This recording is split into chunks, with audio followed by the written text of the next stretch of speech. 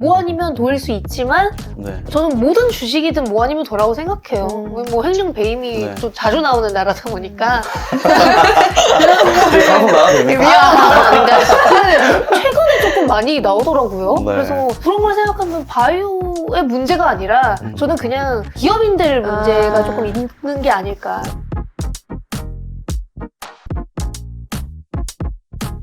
안녕하세요. 주식시장의 진짜 전문가를 찾아 이야기를 나눠보는 주식진 고수열전의 최성환입니다. 안녕하세요. 아나운서 박서희입니다. 이제 막 투자를 시작하는 MZ 투자자 입장으로서 많은 공부가 될 것 같은데요. 이 프로그램을 통해 좀 더 성장하는 모습 보여드리겠습니다. 오늘의 출연자는 유튜버 원리버로 유명세를 떨치고 있는 우리 강하나 연구원님을 모셔봤습니다. 박수!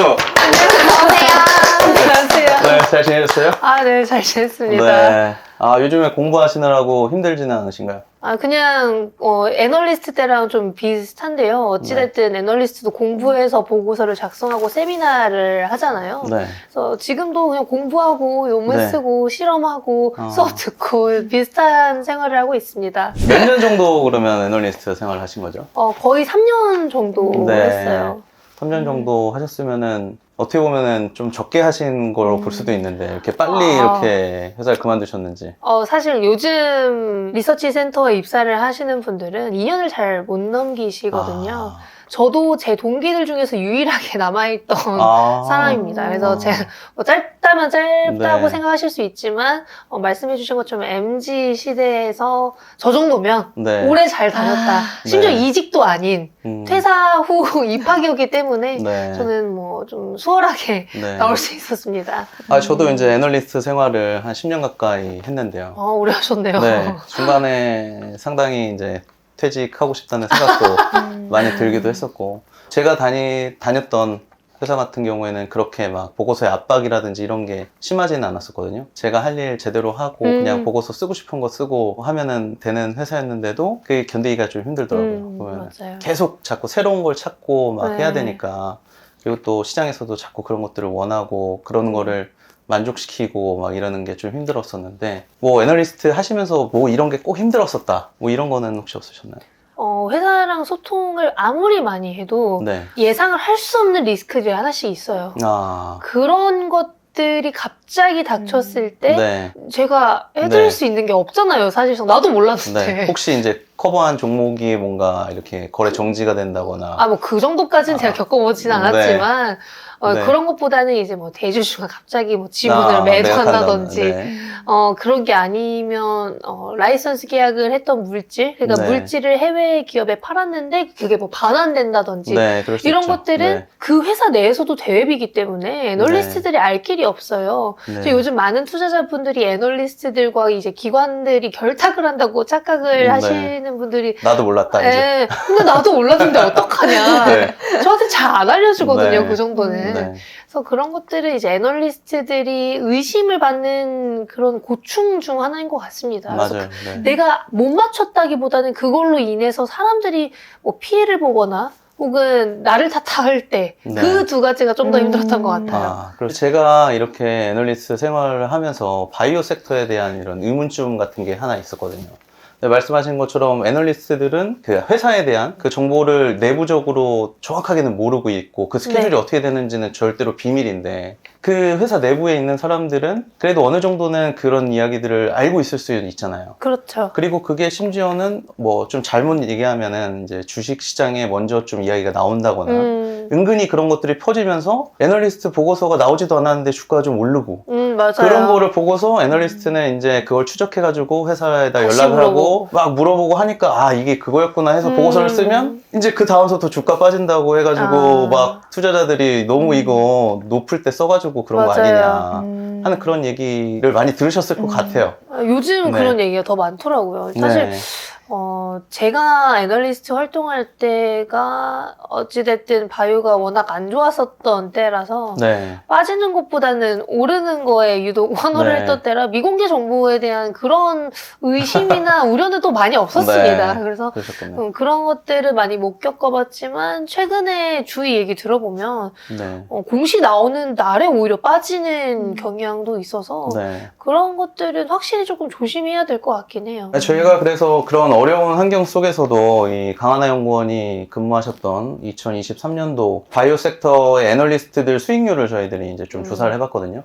저희 프로그램의 취지가 어떻게 보면은 잘 알려지지 않은, 그러니까 숫자로 잘 알려지지 않은 애널리스트를 발굴하고 찾아서 이분들이 정말로 시장에 도움이 될 만한 그런 자료들을 작성하고 있으니까 주목해 보셔야 된다. 어떤 종목에 주목하라는 게 아니라 이 사람에 주목해 봐야 된다라고 하는 거를 저희들이 시장에 좀 알려드리려고 하는 프로그램이거든요. 그래서 저희가 이제 조사를 해보니까 강하나 연구원이 이베스트 계셨을 때 2023년도 고점 수익률이 3.28%가 나왔는데요. 이 부분은 이제 바이오 섹터에서 3위의 랭크에 해당하는 그런 수치고, 이 고점 수익률이라고 하는 게 강하나 연구원께서 어떤 A라는 종목의 보고서를 쓰시면 몇 %가 올랐는지는 뭐 계산하지 않고 바로 그 종목의 시장가로 우리가 매수를 했었을 때 평균적으로 3% 정도의 수익률을 거둘 수 있다라는 의미거든요. 그래서 시가 대비 고가가 얼마나 오를 수 있는지를 보는, 어떻게 보면 영향력 지표라고 봐주시면 될 것 같아요.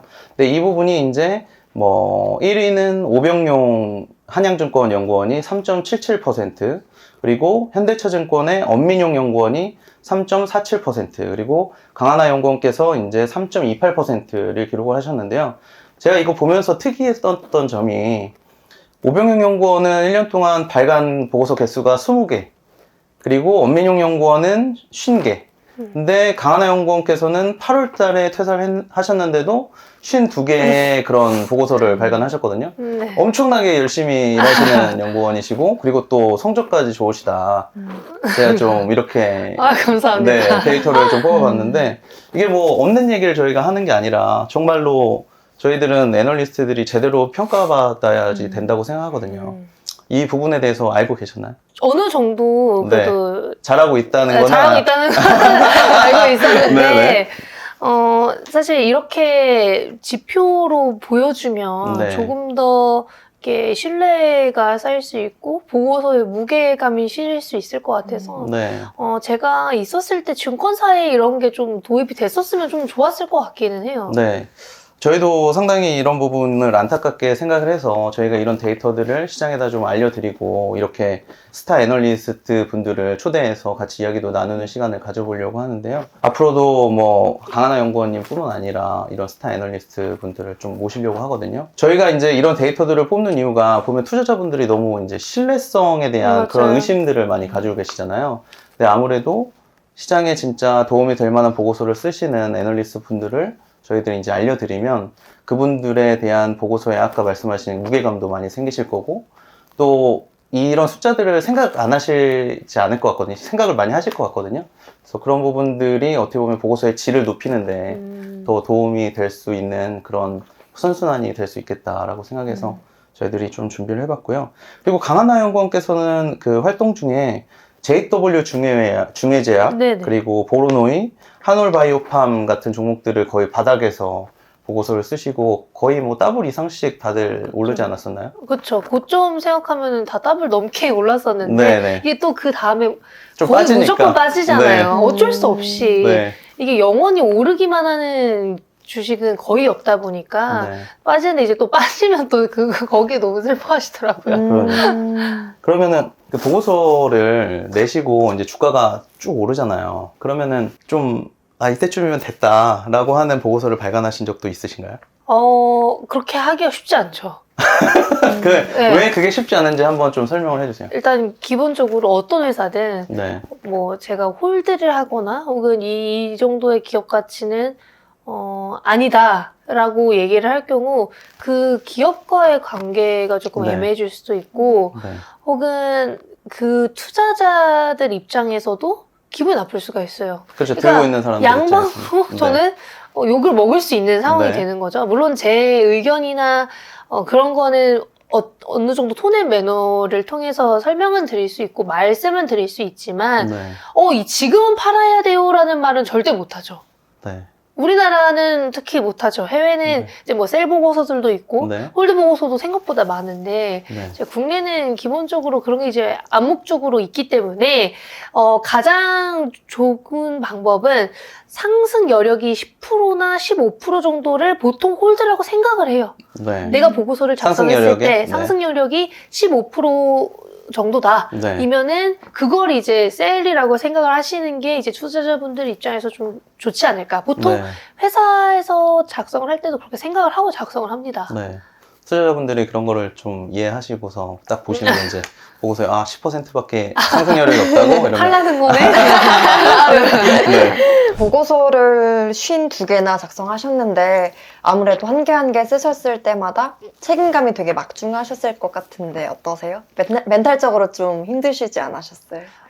사실 안 좋은 이슈가 있어도 네. 보고서를 작성을 해야 되고 네. 좋은 이슈가 있으면 더더욱 작성을 네. 해야 되잖아요. 근데 어쨌든 안 좋은 이슈가 있어도 내가 커버하는 기업의 경우에는 업데이트를 해줘야 그게 이제 내가 해야 되는 일 중 하나이기 때문에 뭐 압박은 종종 있지만 그래도 그게 제가 하는 일이잖아요. 그래서 뭐 안 좋은 일이든 좋은 일이든 기본적으로 보고서를 업데이트를 해주고 실적이 잘 나오는 기업들의 경우에는 뭐 실적 리뷰나 프리뷰는 그래도 기본적으로 네. 좀 작성을 하려고 했습니다. 엄청 열심히 하신 것 같습니다. 그런 부분들은. 네. 네. 제가 오늘 오시기 전에 보고서를 좀 많이 찾아봤거든요. 아, 그래요? 와, 업데이트의 거의 달인이시던데. 감사합니다. 네. 유튜버는 앞으로 어떻게 좀 운영하실 계획이세요? 지금은 비슷하게 이제 운영을 네. 할 건데요. 네. 최근에는 해외 쪽을 이제 하나씩 잡고 좀 길게 가져가려고 아무래도 바이오가 단기 투자라는 성향이 좀 강하고 그래서 힘들어 하시는 분들이 너무 많으세요. 제 구독자분들 평균 연령대도 꽤나 높기 때문에 네. 단기적인 투자보다는 장기적인 투자를 선호하실 것 같아서 네. 요즘에는 이제 해외 쪽도 많이 보려고 하고 있고 미국 바이오텍도 어느 정도 바닥 다지기가 끝난 것 같아서 그런 부분들을 조금 강조하고 있습니다. 네. 연구원님 유튜브 댓글 중에 되게 한국 바이오는 뭐 아니면 도라는 아. 부정적인 반응이 되게 많더라고요. 네. 왜 그런 반응이 나오는 걸까요? 저는 바이오가 뭐 아니면 도라기보다는 정말 거짓말을 하는 분들 때문에 그런 인식이 생긴 것 같아요. 모 회사는 어찌됐든 임상을 실패했는데 그걸 업데이트를 안 해줬고 투자자분들한테 업데이트를 안 해주고 뭐 자기가 먼저 매도를 한다든지 그리고 주위 사람들이 먼저 매도를 한다든지 뭐 그게 아니라면 임상 데이터를 조금 바꿔서 보여준다든지 그런 식의 거짓말들이 몇몇 기업들에게 보여졌었기 때문에 그런 것들이 안 좋은 인식으로 남아있는 것 같고요. 그게 아니라고 하더라도 생각보다 우리나라의 경우에는 이렇게 변동폭이 크다라는 인식이 있어서 그런 것들 때문이지 않을까 싶습니다. 다만 정말 옥석가리가 잘 되어 있고 어느 정도 기술력이 확인이 된 기업들의 경우에는 하락을 해도 마음이 편하고 장기적으로 가져가기가 쉽거든요. 네. 진짜 좋은 예시가 플랫폼 3사죠. 알테오젠, 레오켄바이오, 에이벨바이오. 이 세 기업들은 장기적으로 가져갔을 때 한 번씩은 다 이제 많이 올라왔었어요. 특히 알테오젠은 최근에 딜이 너무 잘 나와서 네. 계속 오르고 있잖아요. 네. 과거 영광보다도 더 잘 가고 있어요. 이 시기에. 네. 그래서 그런 것들을 생각해보면 뭐 아니면 도일 수 있지만 네. 저는 모든 주식이든 뭐 아니면 도라고 생각해요. 뭐 횡령 배임이 네. 좀 자주 나오는 나라다 보니까 방송 나가도 됩니까? 위험한 발언 아닌가? 최근에 조금 많이 나오더라고요. 네. 그래서 그런 걸 생각하면 바이오의 문제가 아니라 저는 그냥 기업인들 문제가 조금 있는 게 아닐까. 네. 그러니까 대표자들 중에서 이제 바이오 대표자분들은 공부만 하셨던 분들이 너무 많아요. 네. 연구만 했고 내가 공부했던 이 물질 하나만 보고 가시는 분들이 많아서 무조건적으로 될 거라고 생각을 하시는 분들이 많아요. 정말 거짓말을 치려고 치는 게 아니라 진짜 될 거라고 영원히 생각하시는 분들이 네. 있으세요. 그게 공부 오래 하신 분들의 특징. 네. 대학원에도 되게 많습니다. 그래서 그런 것들의 경우에는 네. 대표자를 믿는다기보다는 내가 공부하고 해외 기업들이 좋아할 만한 물질을 갖고 있는 기업들 보는 게 베스트라고 보시면 될 것 같습니다.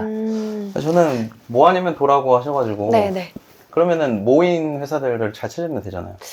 그러게 사람들이 못 찾으니까 그쵸. 그렇게 다 부자죠. 그래서 강하나 네. 연구원을 오늘 네. 모신 거니까 아, 네. 모인 종목들을 계속 찾으려고. 쏙쏙 뽑아서 네. 알겠습니다. 앞으로 유튜버로서의 뭐 목표라든지 박사과정은 좀 언제쯤 끝날 계획으로 가지고 계시는지 네. 이런 부분들 좀 저희들이 스케줄을 좀 알고 싶은데. 일단 네. 유튜브는 네. 정말 오래 걸릴 거라고 생각하지만 네. 바이오 섹터가 반등을 할 때 제 채널이 커플링이 되어 있기 때문에 좀 빨리 올라올 수 있지 않을까 네. 기대를 하고 있고요. 네. 그래서 올해나 내년이 될 수 있지 않을까. 네. 저 목표는 그냥 딱 실버까지 아, 입니다. 그 네. 이상은 바라지도 않고요. 네네. 딱 그 정도만 언젠간 네. 됐으면 좋겠고 박사 과정은 뭐 그래도 한 2, 3년은 남아있기 때문에 네. 지금 뭐 논문 열심히 쓰고 수업 열심히 듣고 있습니다. 주요 좀 이렇게 연구하시는 분야가 지금 저는 어떤 부분이세요? 신경생리 쪽을 하고 있습니다. 아, 척추 뭐 이쪽이랑 관련 있는 거예요? 아니면은 오. 뇌 뭐 이쪽이랑 관련 있는 이온 거예요? 채널이라고 네. 해서 네. 그냥 몸 안에 있는 네. 신경 시그널링 아. 그 프로세스 안에 있는 네. 것들을 생각하시면 될 것 같습니다. 네. 어려운 부분이네요. 그 세포 신호 전달 뭐 이런 거 생각하시면 돼요. 그럼 화학적인 어떤 그런 반응이라고 봐야 되는 거예요? 그냥 뭐 화학적인 반응이면 전기생리학적인 네. 반응? 계속 그- 너무 어려워지는데 아무튼 훌륭한 일을 하고 계시네요. 네.